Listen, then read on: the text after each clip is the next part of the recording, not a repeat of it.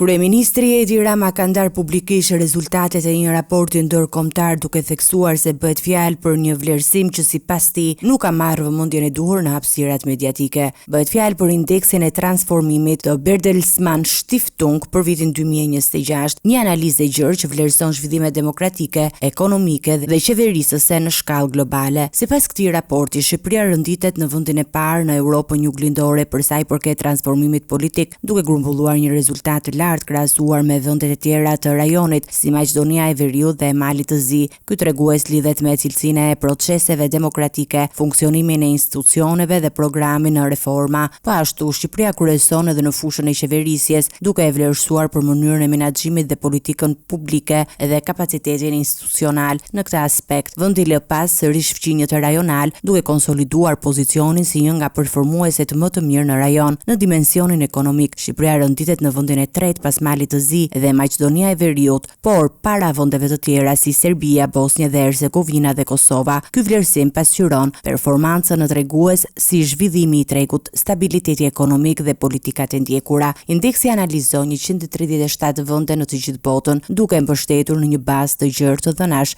dhe ekspertizë ndërkombëtare. Për edicionin 2026, vlerësimi mbulon periudhën nga shkurti 2023 deri në janar 2025, duke ofruar një pasqyrë të përditësuar mbi ecurinë e reformave dhe zhvillimeve institucionale. Publikimi i këtyre të dhënave vjen në një klim të ndezur politike në Shqipëri, ku debatet mbi qeverisjen dhe reformat janë në qendër të diskutimit publik. Megjithatë, sipas këtij raporti, vendi paraqitet si një nga aktorët më të avancuar në rajon për sa i përket transformimit demokratik dhe performancës qeverisëse.